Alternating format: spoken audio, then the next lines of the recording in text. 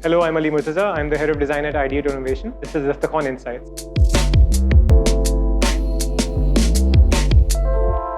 Today we're talking about design and democracy. This is the first in the series of talks called Design in the World, all of which will be hosted at Daftarkhwan. Thank you everyone for being here firstly. We'll be doing 4 talks in this series. The first one is Design and Democracy, but the talk series is called Design in the World.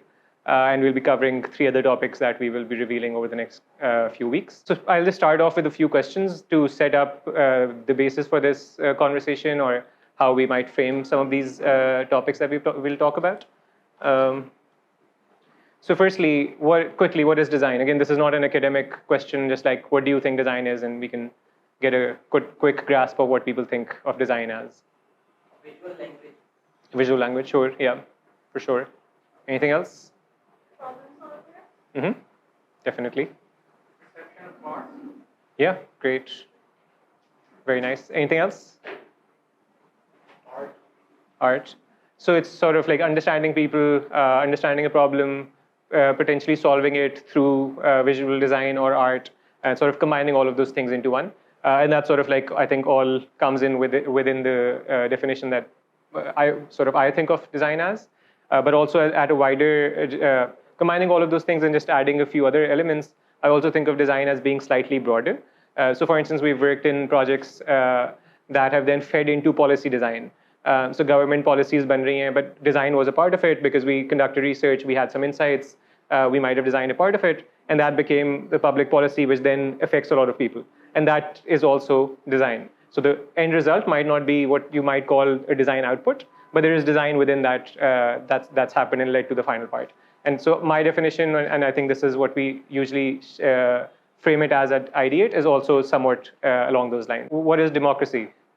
Again, I'm sure a lot of people here know a lot more about this question than I do, so just say whatever you think. A sham. A sham.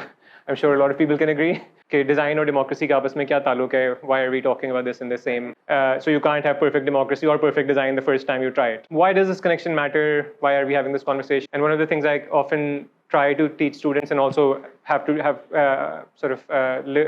I've learned myself, is that when we're looking at somebody else's design, let's say किसी ने election poster बनाया है, right? We might look at it and be like, यार कितना hideous है, इसमें कितना कुछ इतने रंग क्यों हैं? But also understanding who the audience is. Their opinion matters more than my opinion, potentially very westernized, potentially very sort of myopic in my own little worldview. So all of that is also sort of that democratic process of just what actually people care about. So my opinion doesn't matter more than somebody else's opinion. It's sort of the collective that creates that. Why am I talking about this? Frankly, I don't know anything about this topic more than any of you. I don't really know much about politics, democracy, anything special in that case. I've practiced design for a while. That doesn't make me an expert in design either. As I explained earlier, design is something I don't think anyone can be an expert on. It's a very broad field. You're always trying to be an expert on the little thing that you're doing. So usme I don't have any more right to talk about this than anyone else, which is also why this should be very conversational. And one of the things I want to do here is through this conversation, as well as the next 3, I will mostly just be telling stories. Stories from around the world that I've read about, that I've picked up on, and sharing them with people.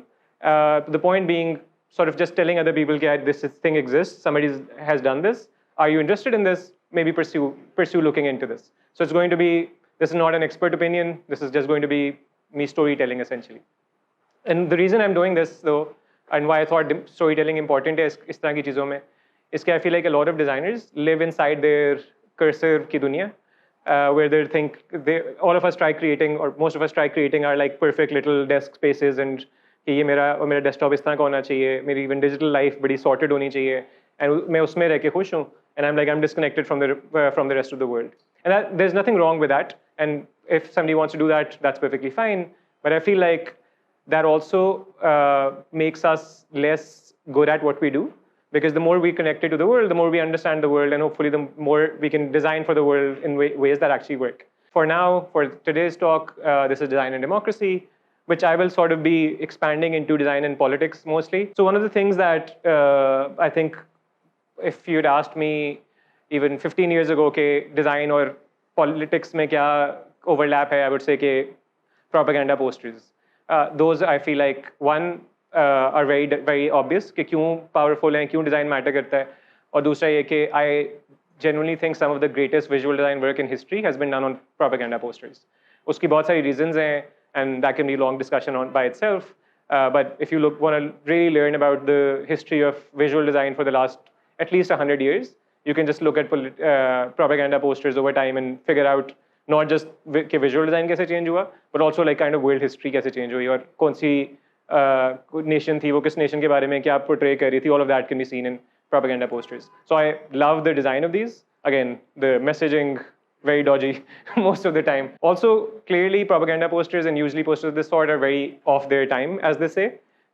So also trying to think of them as like realizing कि किस दुनिया के, and they tell you a lot about like the world at that point. Partially because they're meant for the masses. But I also wanted to then go to, ये ज़रा obvious connections हैं कि propaganda posters design matter करता है, visual design होता है. But I wanted to see कि उसके deeper levels पे क्या क्या है. So the rest of the stories are slightly deeper than that. But one question I had, which I've asked myself in the past and sort of also with my students, has been, okay, is design political? Is all design political? I think the political part of it goes slightly deeper. Okay, if I choose to work with a certain organization, चाहे उनके लिए मैं काम जो कर रहा हूँ, उनसे वो कोई recruitment नहीं कर रहे किसी political cause के लिए, but I'm with my skill and with the work that I put into building my skill set to, let's say, visual communication के अंदर है या UX design के अंदर है जिसके अंदर भी है, and I'm supporting that organization's goals.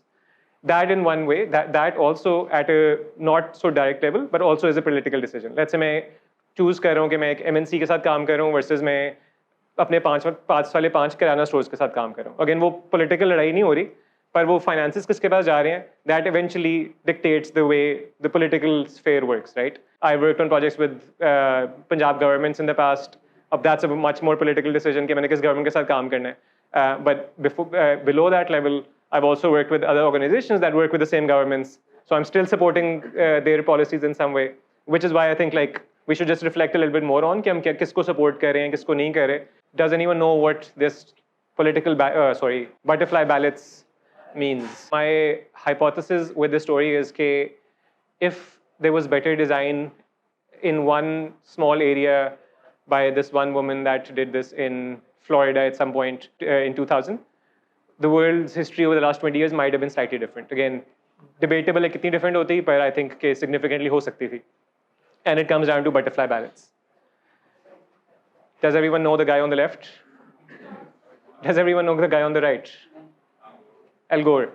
So these two were, मुझे बड़ी weirdly आज मैंने notice किया कि दोनों red tie पहनी हुई है, even though वो एक red और blue होती हैं parties. I don't know कि क्या हुआ था, wardrobe malfunction. But anyhow, so they were the presidential candidates for the Republican and the Democratic Party in 2000 in the US. तो इनका election बहुत close था, one of the closest in history. Eventually हुआ ये कि all the rest of the US states get counted, उनके electoral votes जो होते हैं, and everything comes down to Florida. So whoever takes Florida's electoral votes becomes the president. US में होता ये कि अब Florida state अगर आप एक वोट से भी जीत गए हैं ना, उसके जितने electoral college votes उनको कहते हैं, but you can think of them as votes. वो सारे votes उस candidate को चले जाएंगे.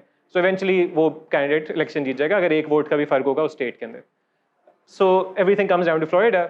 उसके अंदर there's again a lot of very very strict, वो county wise count हो रहे होते हैं votes. इसी तरह उस county में अगर एक वोट से आप जीत गए तो वो county आपकी होगी, and so on. Everything comes down to one county in Florida.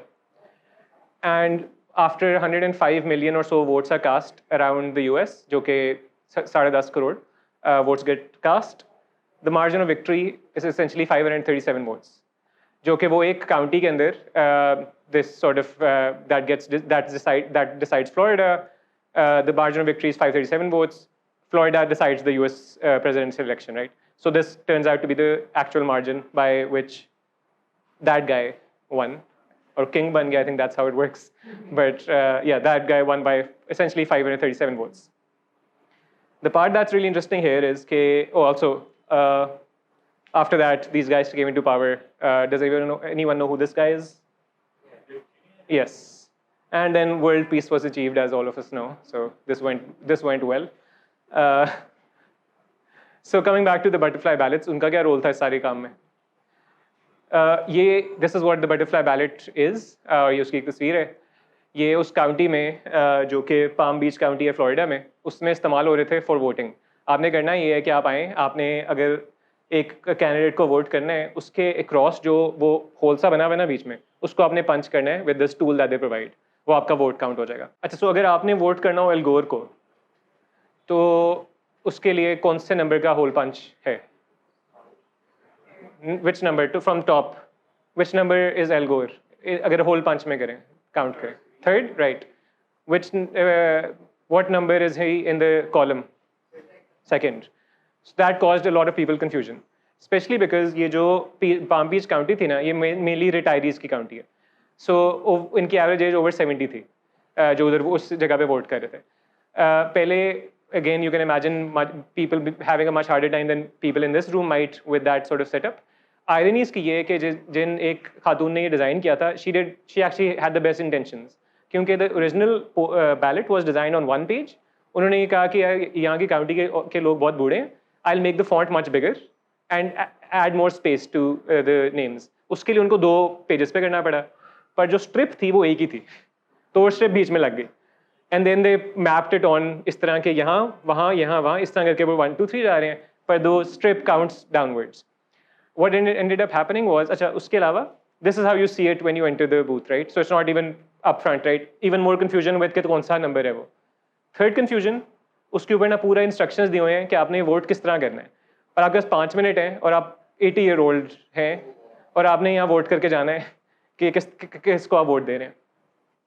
What ended up happening was कि this is again studied, nobody can actually prove this। उसके बाद स्टडी कंडक्ट हुई, बेसिकली बहुत सरप्राइजिंग था कि वो एक काउंटी में Bush got a lot of votes and this third candidate जो पैट बुकैनन था, उसको बहुत ज़्यादा वोट मिले, इवन दो वो एक्सट्रीम राइट विंग पे था और वो काउंटी बहुत लिबरल है। तो उन्होंने बाद में देखा ये क्या हो रहा है। What they realized and they asked people later was कि they said कि I voted for Al Gore, but then when they counted कि वो votes तो Pat Buchanan को जा रहे थे, and if you see here, he was the one here on the right। So when people saw this and said कि दूसरे वाले candidate को vote करना है, and they punched the second hole, that vote goes to that person।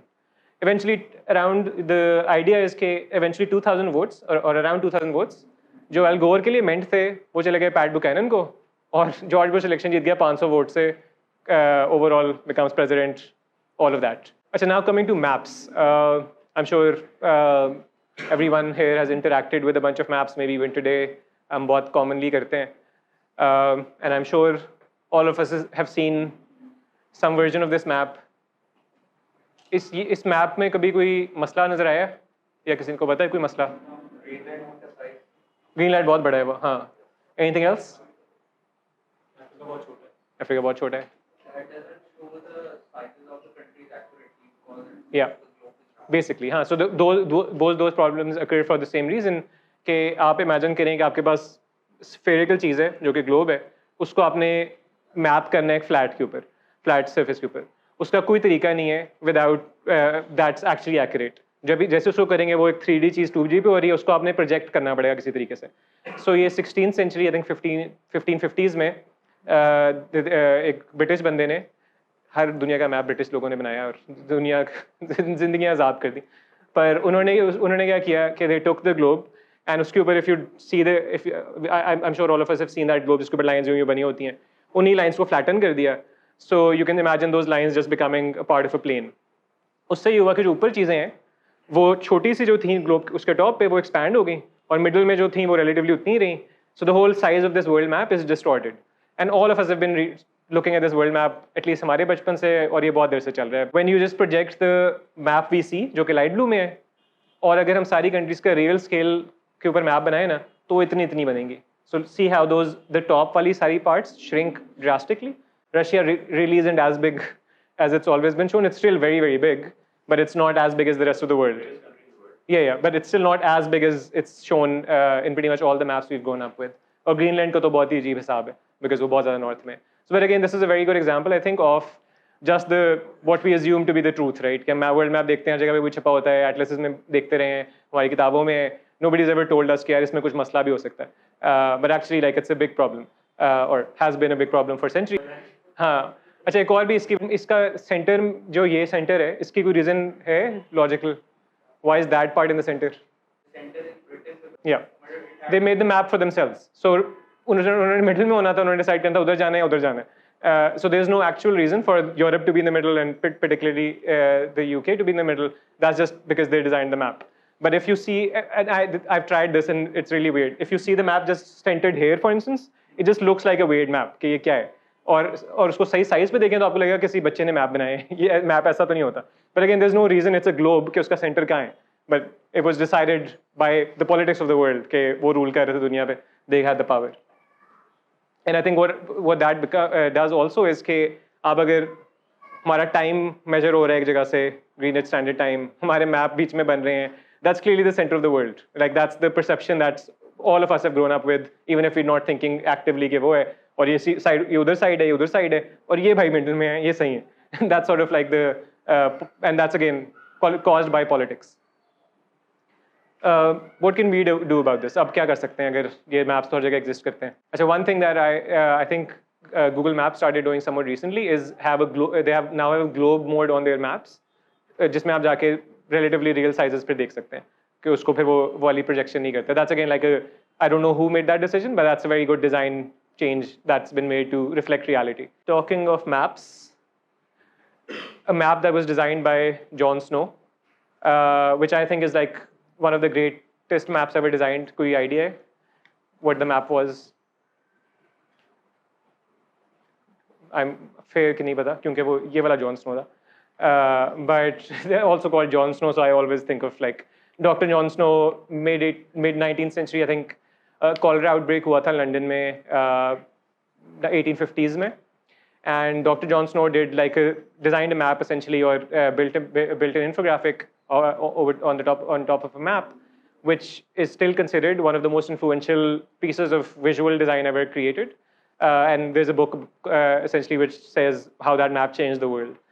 What he did was he had this hypothesis कि जो disease है वो किसी ऐसी चीज़ से cause होती है जो fecal matter से spread करती है और वो पानी में जा सकती है, and that's sort of how it spread. The prevailing view at that point was कि disease हवा में होती है, and the ideas again very logically were क्योंकि where there was disease and plague, there were really bad smells. So people said कि smells जो हैं disease cause करती हैं, other way around, that was the prevailing view. He had this hypothesis, so what he did was जब London में cholera outbreak हुआ, it was very killed a lot of people, obviously horrific situation. उन्होंने कहा कि मैं अपना hypothesis test करूँगा, which is again scientific method. We also do that in design, in our research. Have a hypothesis, go test it out. And what he did was कि he took the map of London in one specific area, जहाँ से बहुत ज़्यादा outbreak था, and then he looked at the sanitation map जो कि कहाँ से sewage जा रही है पूरे उस area की, दोनों को इकट्ठे देख के, then he went to different houses and mapped कि कितने cases किस जगह पे हैं. So the black areas are कि कितने cases हैं हर घर में. And he started seeing कि यार अच्छा इन cases को हम trace back कैसे कर सकते हैं कि क्या commonalities हैं और क्या differences हैं. Then he saw कि यार एक street में बहुत cases होते थे, एक street में कम होते थे. What's the reason there?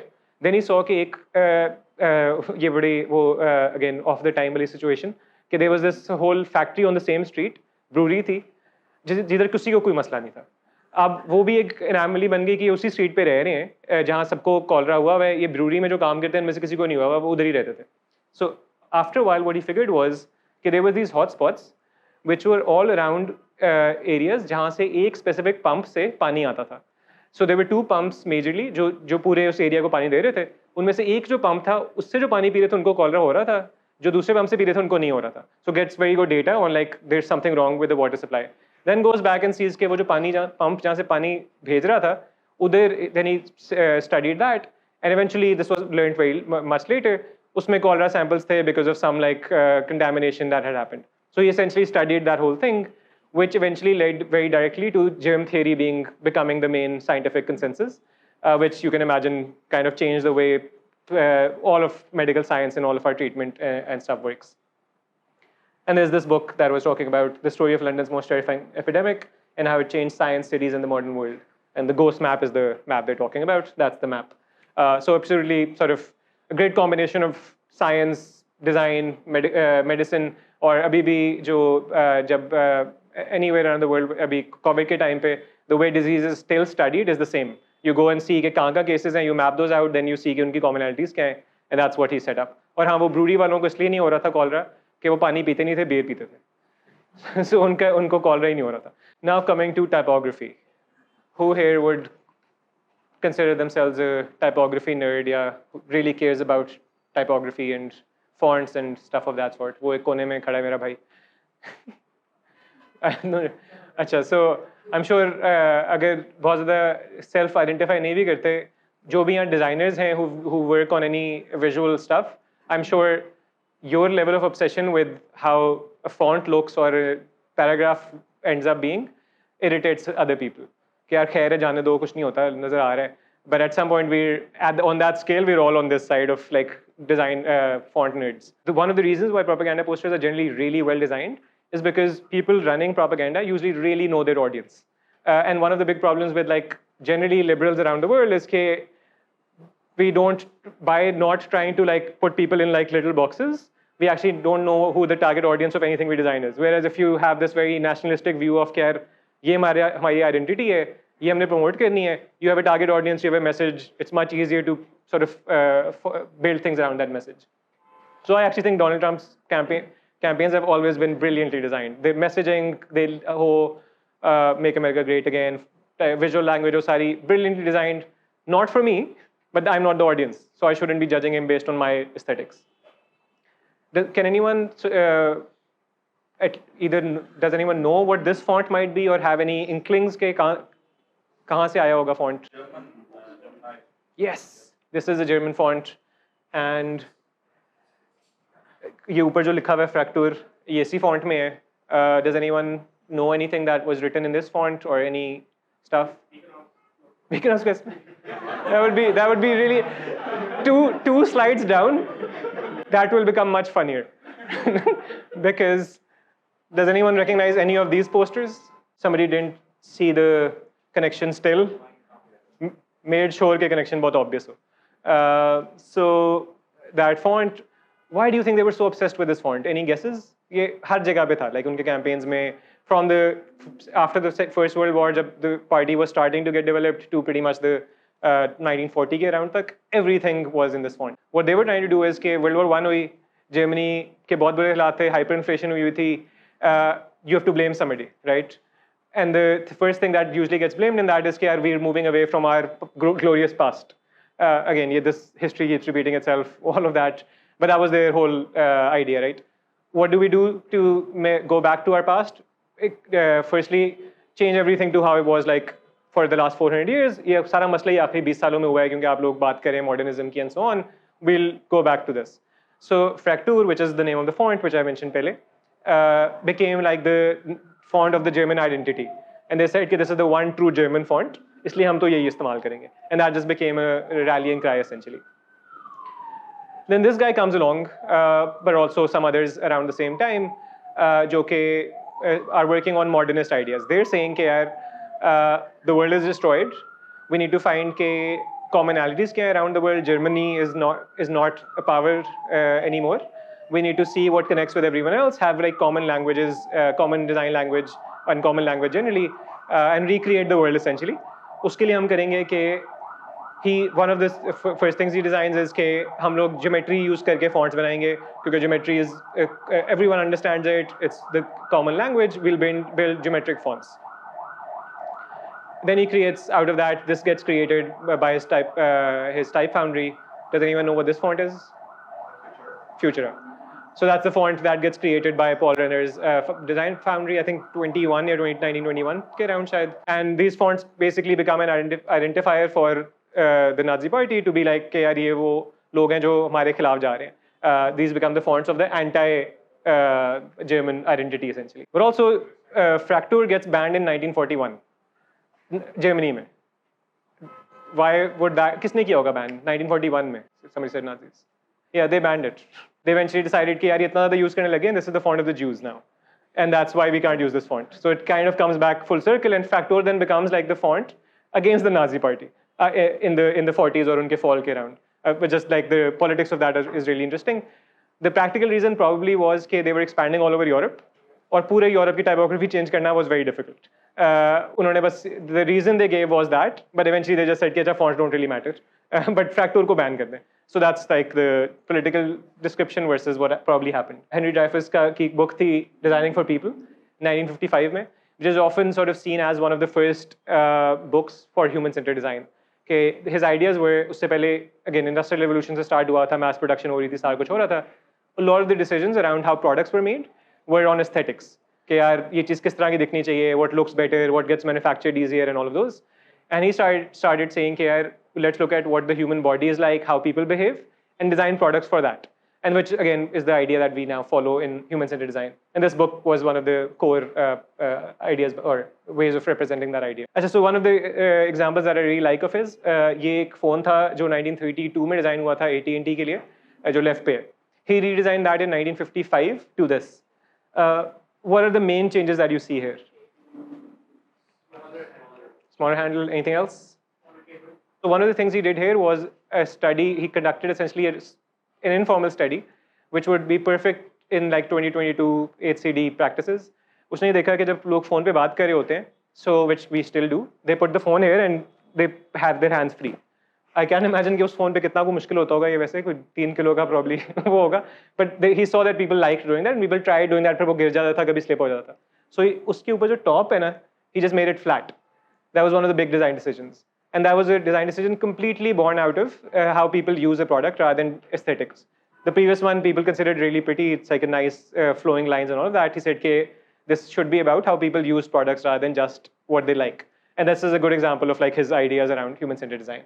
Essentially, that what he did was, उसकी study के लिए, because of the resources he had, जो सारे बंदों के models हैं ना, sizes वगैरह सारा कुछ, वो American military के लोग थे.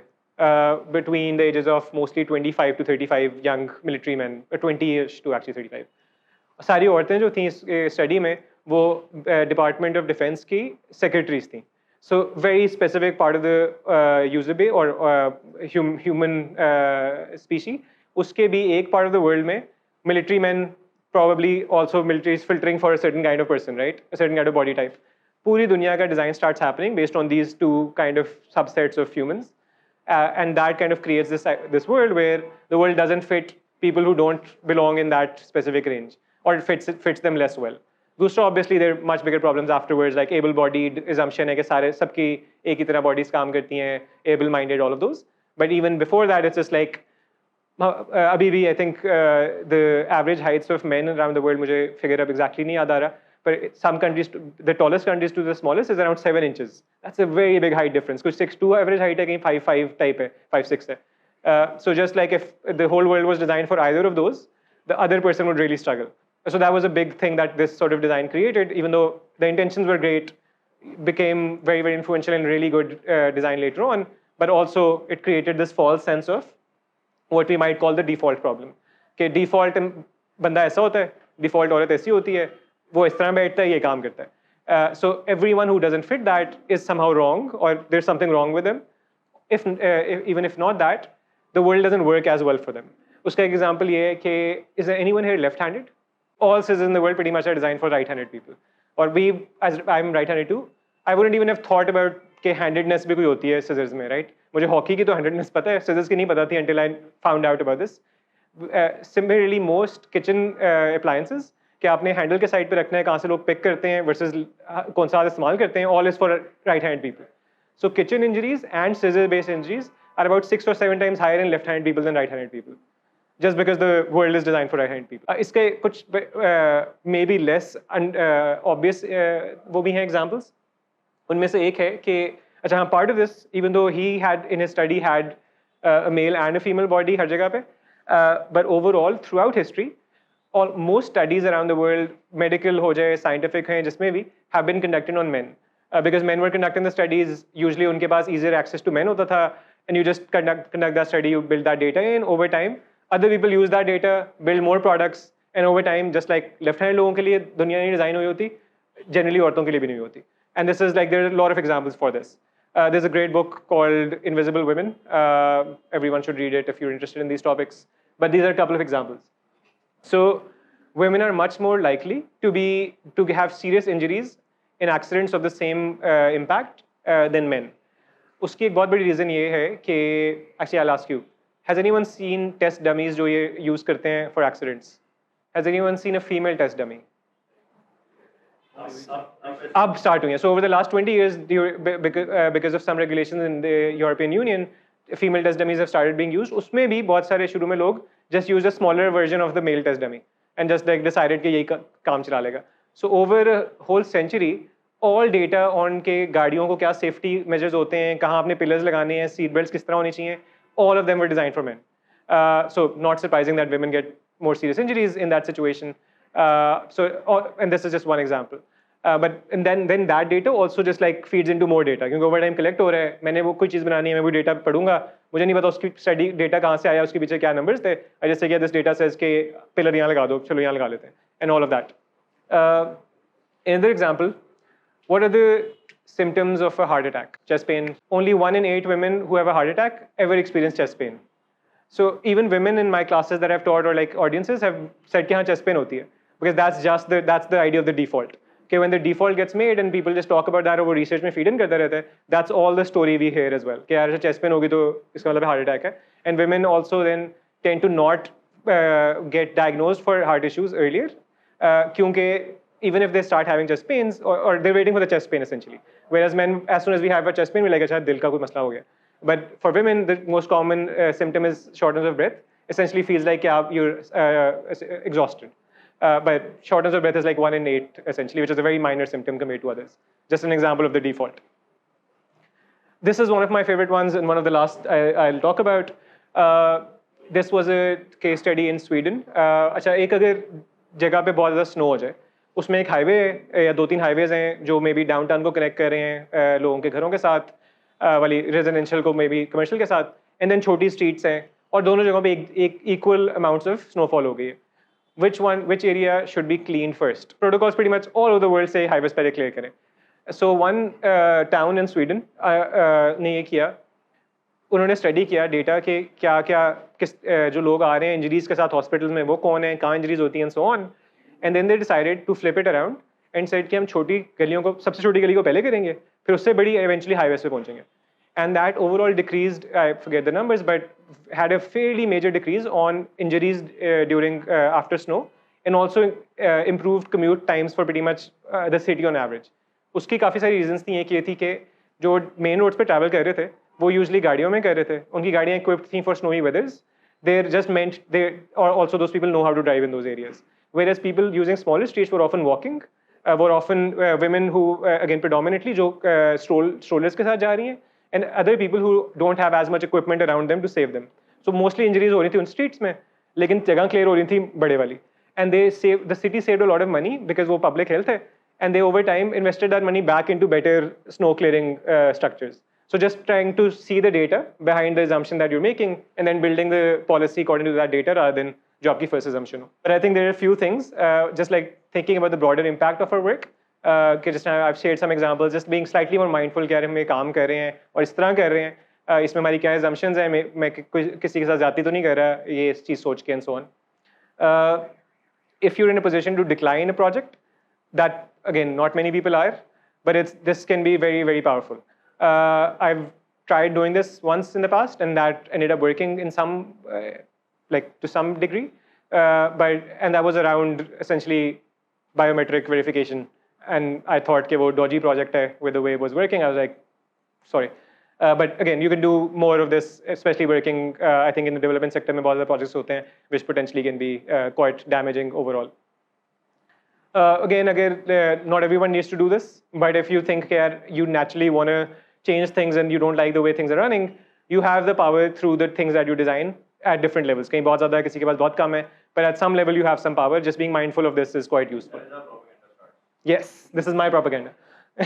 And also generally just choosing better data. कि अगर आपको कोई data दे रहा है, वो कहाँ से आया, उसके पीछे कोई अगर थोड़ा पता कर सकते हैं, that's always really useful. An example of this, not political, but we were given this some like connected to these people for a project that we were working for a fairly big MNC. उन्होंने कहा कि यार ये औरतें हमारी list में हैं, इनसे जाके बात कर लें, ये आपको 5 numbers दिए हैं, नाम दिए हैं, ये हमारे these are people working in our network. We go there, our teams go there. We find out that half of those women were using somebody else's ID card and number because they didn't have their own, but उन्होंने register करना था on the services. So the data that the MNC has that they potentially are making a lot of big decisions on is flawed, and we find this out by they're just talking to like 5 people. That's a whole trend that's probably spread all over Pakistan. Again, better data. And that was all of my slides. So thank you. And that is it. Thank you. Any questions, even though that guy isn't an expert, but...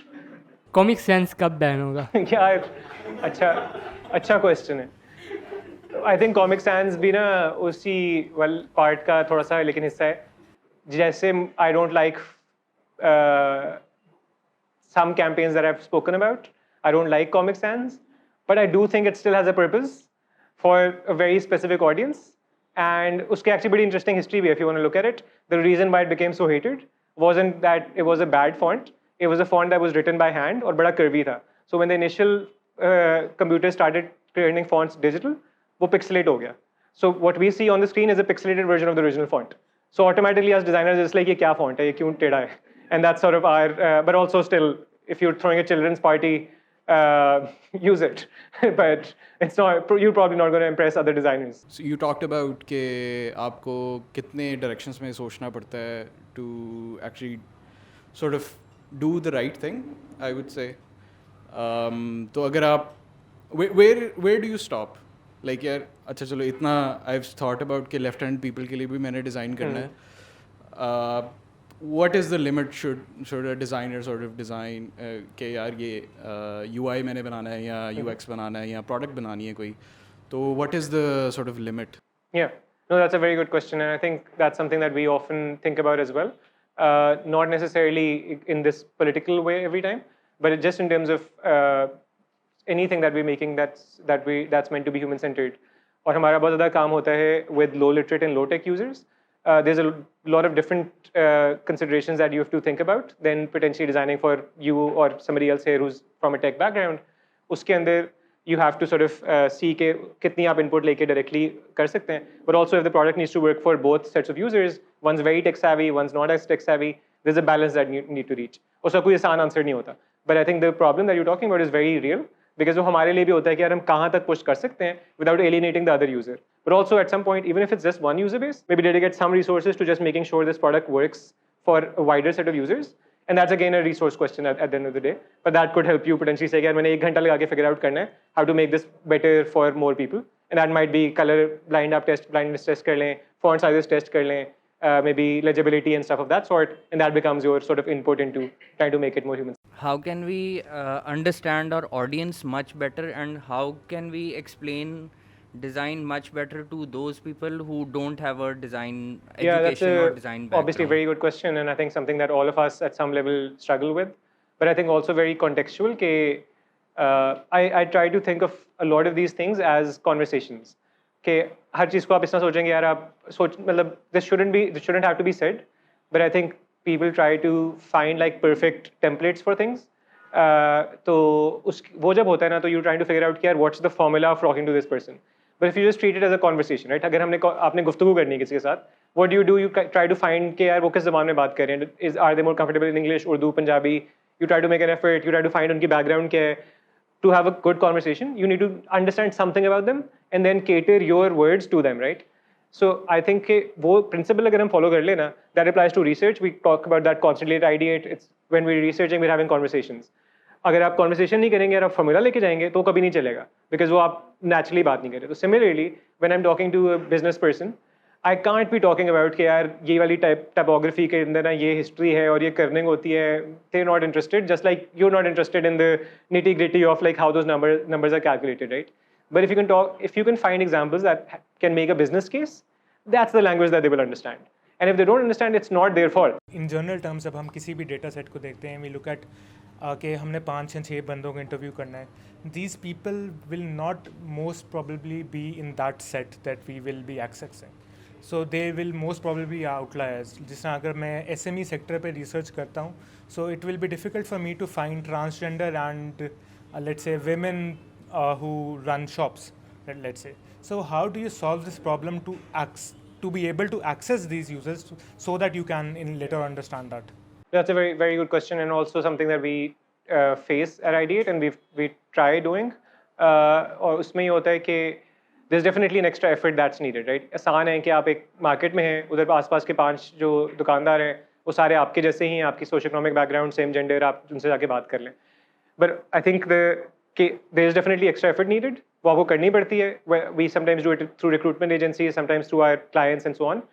पर ये समझना कि उसका potential benefit क्या होगा, and then being able to make that case again comes back to the business वाली चीज़.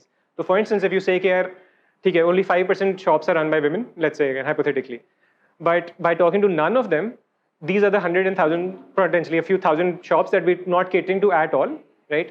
आप उनमें से एक से भी जाके बात कर लेंगे ना, because that's a completely new user, उनकी कुछ problems होंगी that are completely new compared to the 20 interviews you did with similar users, जिनमें थोड़े फर्क थे. तो suddenly आपने एक और user से बात करके जो एक और definition में fit करता था, your number of learnings will generally be very high. Whereas the 20th to 21st man you're talking to will still be saying the same things जो पहले 20 लोगों ने कही हैं. So I think just understanding कि return on investment काफी ज़्यादा होता है. So we were speaking about typography earlier, right? So in the 60s, 70s, 80s, when women's body image started, getting under scrutiny, when slender was the new it girl, तो उस वक्त जब जो fonts थे वो भी उस तरह change करने शुरू हो गए. So then male fonts were bold, aggressive, and female fonts were like sleek, meek, mild, इस तरह के होते थे. Up now, when we're in like 2022, when body positivity is a thing, when we're moving off this body type, we still associate femininity with those fonts. So we're technically in a cycle कि मतलब हम उसी चीज़ को perpetuate किए जा रहे हैं. So how can we start like getting out of that cycle? Yeah, I think that I would also broaden it to things like color, for instance, right? The pink and blue, very obvious. उसकी एक बड़ी interesting history ये है कि pink used to for the longest time be actually the male color. और वो flip around हो गया at some point around 150 years ago, and then it just became, or even 100 years ago, this became the sort of female color. उसमें what I would say is कि again, no one person is going to solve this problem, but the next time any of us are designing something, and we have done this like in one project where I remember मुझे project भूल रहा है, but somebody was like, this should be pink for women. I was like, there's no reason. Like, I haven't found the data to support that this will work more when it's pink for women, right? So you can do that part firstly. Similarly in typography, पहली चीज़ ये कि even if your default user thinks कि यार ये font girly नहीं है, if you're good at using typography, you can use the font which Donald Trump might have used and make it work for another audience. So you can also, that's where the skill of the designer comes in, because again, clearly the easier part is just going through the status quo that's already there, right? आपने pink इस्तेमाल किया, people will think women's product, blue इस्तेमाल किया, men's product, but a better designer, slightly more thoughtful designer can use the blue and make it work for that audience and vice versa. So it's, I think, just more thoughtful design essentially, or at personal levels we can start pushing back on those ideas. Hopefully that sort of perpetuates over time. Thank you everyone for coming. This was really interesting for me, and also thank you so much for the conversation that we started and had, because again, none of you spoke at any point. This would have been really awkward. The whole presentation was set up for this interaction, so I'm glad for all of that. And also the questions at the end were great, and I'm glad that we ran out of time before the questions ended, because that's also sometimes awkward when हमारे planted questions चल रहे होते शायद.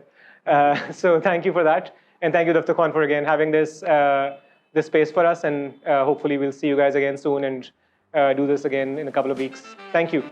Take care. Bye-bye.